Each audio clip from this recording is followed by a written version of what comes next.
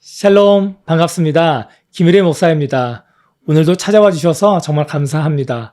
날도 따뜻해졌고 벌써 3월 중순입니다. 시간이 참 빨리 지나갑니다. 모든 분들이 이 따뜻한 봄처럼 마음도 포근하게 지내시기를 바랍니다. 어제 제가 만난 양주에 사시는 80세의 어르신과의 이야기를 나누고 싶습니다. 이분은 남편의 폭력으로 오랫동안 고통받아 오시다가 뒤늦게 홀로 사시게 되었는데 자녀들도 보지 못하시고 힘들게 살아오셨습니다.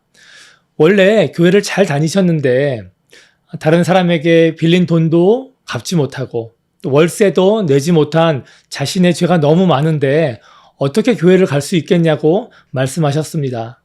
저는 수고하고 무거운 모든 짐진 자들이 하나님께 나아오시기를 원하신다고 말씀드리고 다시 우리 하나님 믿고 살아가자고 권면드리고 같이 믿음의 고백을 주님께 드렸습니다. 그런데 기도를 다 마치고 난 이 어르신이 얼굴을 이렇게 가리시고 하염없이 눈물을 흘리셨습니다.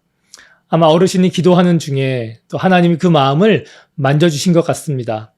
그렇게 다시 믿음의 삶을 살아가시기로 저와 약속을 했는데 문제가 하나 발생했습니다. 이분이 사시는 곳이 양주입니다. 그래서 제가 이 양주 근처에 교회를 소개해드리겠다고 했는데도 불구하고 오는 데만 3시간이 걸리는, 왕복 6시간이 훨씬 넘게 걸리는 저희 교회를 나오시겠다는 겁니다. 제가 계속 만류를 해도 이번 주일에부터 오시겠다고 하셔서 감사하기도 하지만 또 염려도 되기도 합니다. 그래도 감사한 건 이분이 다시 그 믿음을 회복하시게 된 것입니다. 이 양주에 사시는 김 어르신이 이제 곧 이사도 잘 하실 수 있고 또 필요도 잘 채워질 수 있고 좋은 교회도 잘 만날 수 있도록 함께 기도해 주시면 정말 감사하겠습니다. 오늘은 창세기 30장을 배워볼 텐데요. 지난 장에선 야곱이 아내 둘을 얻게 되죠. 그 중에 첫째 언니 레아로부터 아들 넷을 낳게 되었습니다. 그럼 1절부터 5절까지를 제가 읽어보겠습니다. 라헬이 자기가 야곱에게서 아들을 낳지 못함을 보고 그의 언니를 시기하여 야곱에게 이르되 내게 자식을 낳게 하라. 그렇지 아니하면 내가 죽겠노라. 야곱이 라헬에게 성을 내어 이르되 그대를 임신하지 못하게 하시는 이는 하나님이시니 내가 하나님을 대신하겠느냐? 라헬이 이르되 내 여종 빌하에게로 들어가라. 그가 아들을 낳아 내 무릎에 두리니 그러면 나도 그로 말미암아 자식을 얻겠노라 하고 그의 시녀 빌하를 남편에게 아내로 주매 야곱이 그에게로 들어갔더니 빌하가 임신하여 야곱에게 아들을 낳은지라. 언니는 4명의 아들을 낳는데 라헬은 임신이 되지 않자 남편한테 불같이 화를 냅니다. 그러자 야곱이 임신하지 못하게 하는 건 내가 아니라 하나님이란 말을 합니다. 그가 그렇게 말한 이유 중 하나는 언니는 야곱의 아이를 출산했기 때문이기도 합니다. 그러자 라헬은 자신의 종에게 들어가서 자식을 낳으라고 하자 야곱이 또 그 말대로 행하고 그렇게 2 아들을 낳게 됩니다. 그런데 여러분 이 장면 어디서 본 것 같지 않으십니까? 네, 맞습니다.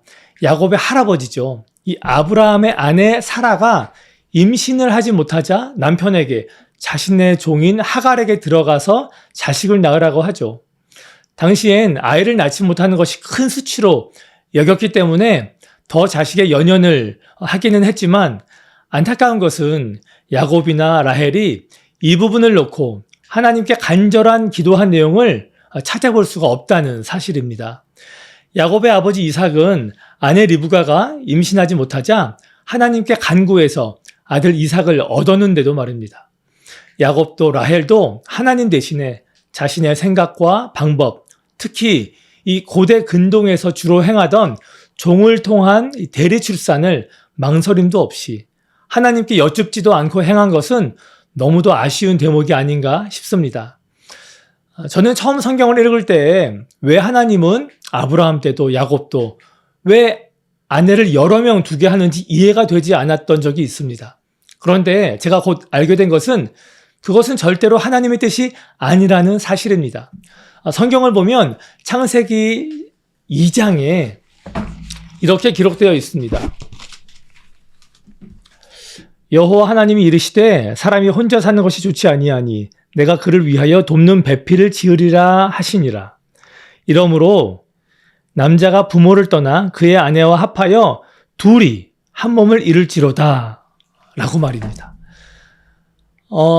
그런데 자신의 뜻을 이루려고 아내를 더 두고 또 자식을 못 낳으니까 또 다른 아내를 두고 또 더 아내를 소유하고 이 야곱의 경우는 이 레아와 라헬의 그 아버지의 욕심으로 중혼을 시키게 된 것입니다. 하나님의 뜻을 알면서도 자신의 필요와 탐욕 때문에 세상의 방법과 관습을 따랐던 것은 절대로 믿음의 행위라고 할 수 없습니다. 인간에게는 자유의지가 있기 때문에 하나님이 그것들을 허용하신 것뿐입니다. 그렇게 종을 통해서 아들 둘을 낳아서 한 아들 이름을 언니와 경쟁해서 이겼다라는 뜻의 납달리라고 지으면서 득이양양해서 라헬이 살고 있는데 이번엔 언니 레아가 동생처럼 자신의 종을 야곱에게 주어 아들 둘을 또 낳게 합니다. 정말 피곤합니다. 언니 동생 사이가 남편 하나를 두고 원수지간이 됩니다. 14절, 16절 말씀을 읽겠습니다. 밀 거둘 때 르우벤이 나가서 들에서 합 한 채를 얻어 그의 어머니 레아에게 드렸더니 라헬이 레아에게 이르되 언니의 아들의 합 한 채를 청구하노라. 레아가 그에게 이르되 내가 내 남편을 빼앗은 것이 작은 일이냐? 그런데 내가 내 아들의 합 한 채도 빼앗고자 하느냐? 라헬이 이르되 그러면 언니의 아들의 합 한 채 대신에 오늘 밤에 내 남편이 언니와 동침하리라 하니라. 저물 때 야곱이 들에서 돌아오매 레아가 나와서 그를 영접하여 이르되 내게로 들어오라. 내가 내 아들의 합 한 차로 당신을 샀노라. 그 밤에 야곱이 그와 동침하였더라. 어느 날 언니 레아의 아들 르우벤이 들에서 합 한 채라는 식물을 발견해서 엄마에게 가져옵니다. 이 합 한 채는 당시에 그 최음제이자 자식을 낳는데 효험이 있다는 식물이었는데 그 사실을 알게 된 동생 라헬이 언니한테 합 한 채를 요구합니다. 그리고 그 대가로 남편 야곱과의 잠자리를 제공하고 합 한 채를 받습니다. 아마 야곱은 라헬하고만 생활을 했던 것 같습니다. 그렇기 때문에 레아는 그 조건을 받아들이고 합 한 채를 동생에게 양보를 합니다. 저는 이 부분에서 참 야곱의 인생이 참 딱혀 보였습니다. 누구하고 잠을 자는지도 자기가 결정할 수도 없고 아내가 다 정해서 종한테도 큰 부인한테도 시키는 대로 가야 했으니 말입니다. 훗날 이 모든 것들을 하나님은 합력하여 선을 이루셨지만 야곱이 전에 저지른 그 잘못의 대가가 이렇게 그를 힘들게 하는 것을 보니까 하루하루 제 삶을 살아가면서 내리는 결정을 참 주님만 바라보고 또 주님께 여쭤보고 해야겠다는 생각이 들었습니다. 여러분, 야곱은 그렇다 치고 라헬이 합 한 채를 언니한테 달라고 한 속셈이 무엇이었겠습니까? 예, 물론 자식을 얻기 위해서입니다. 그래서 효능이 좋다는 그 합 한 채를 선택한 겁니다. 레아야 같이 못 살던 남편과 지내는 것도 좋고 또 출산이 멈춘 자신이 자식을 더 생기는 바람도 있기 때문에 이해가 되지만 라헬은 정말 그 합 한 채를 구했어야만 했을까요?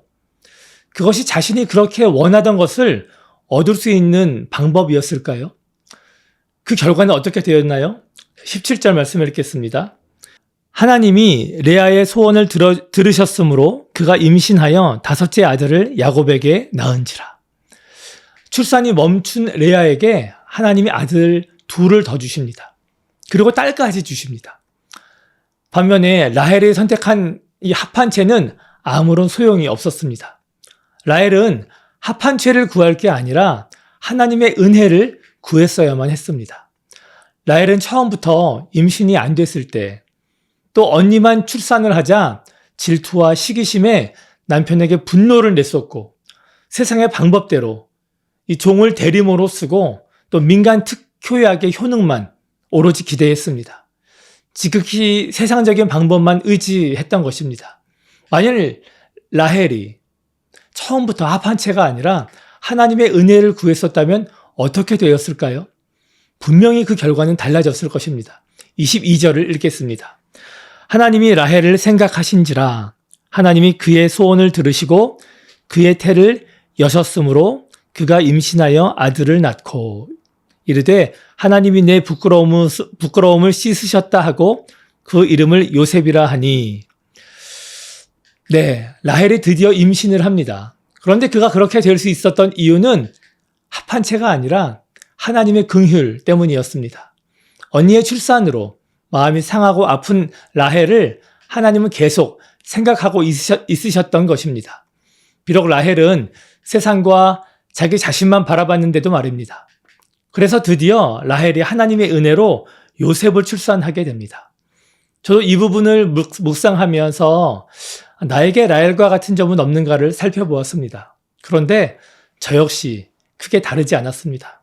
제가 바라는 대로 되지 않아서 속상해하고 또 남을 질투하기도 하고 세상적인 방법을 생각하기도 하고 말입니다. 그렇게 저도 다시 다짐해 봅니다. 언제나 내가 구할 것은 세상의 방식, 합한채가 아니라 하나님의 은혜라는 사실을 말입니다. 여러분들도 모든 아픔, 모든 필요, 모든 상한 감정을 가지고 하나님께 나아가서 은혜를 구하시기를 바랍니다. 하나님이 들으시고 반드시 선한 길로 인도하실 것입니다. 그럼 한 가지만 더 살펴보고 마치도록 하겠습니다.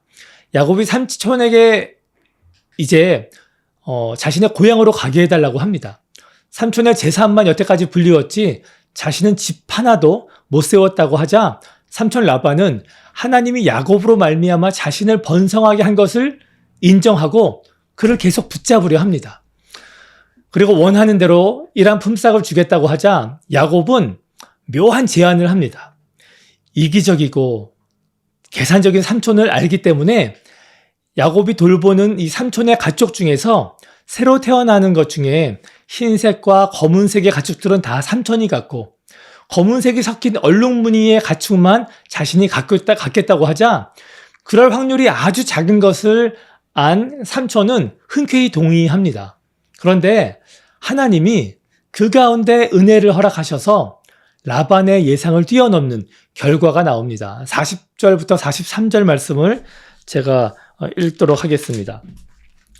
야곱이 새끼 양을 구분하고 그 얼룩무늬와 검은빛 있는 것을 라반의 양과 서로 마주보게 하며 자기 양을 따로 두어 라반의 양과 섞이지 않게 하며 튼튼한 양이 새끼 뵐 때에는 야곱이 개천에다가 양떼의 눈앞에 그 가지를 두어 양이 그 가지 곁에서 새끼를 베게 하고 약한 양이면 그 가지를 두지 아니하니 그렇게 함으로 약한 것은 라반의 것이 되고 튼튼한 것은 야곱의 것이 된지라.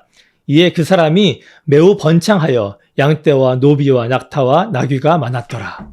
나뭇가지를 벗겨서 얼룩무늬를 만들고 가축들이 교미하는 곳 앞에 두어서 얼룩무늬 새끼들을 낳게 하고자 이런 행동을 합니다. 어떻게 보면 비과학적이고 미신적인 행위인데도 야곱을 사랑하시는 하나님은 그런 불평등한 조건에서도 야곱을 정말 긍휼히 여기셔서 그 방법마저도 사용하셔서, 아니 그 방법이 효능이 있는 것이 아니죠.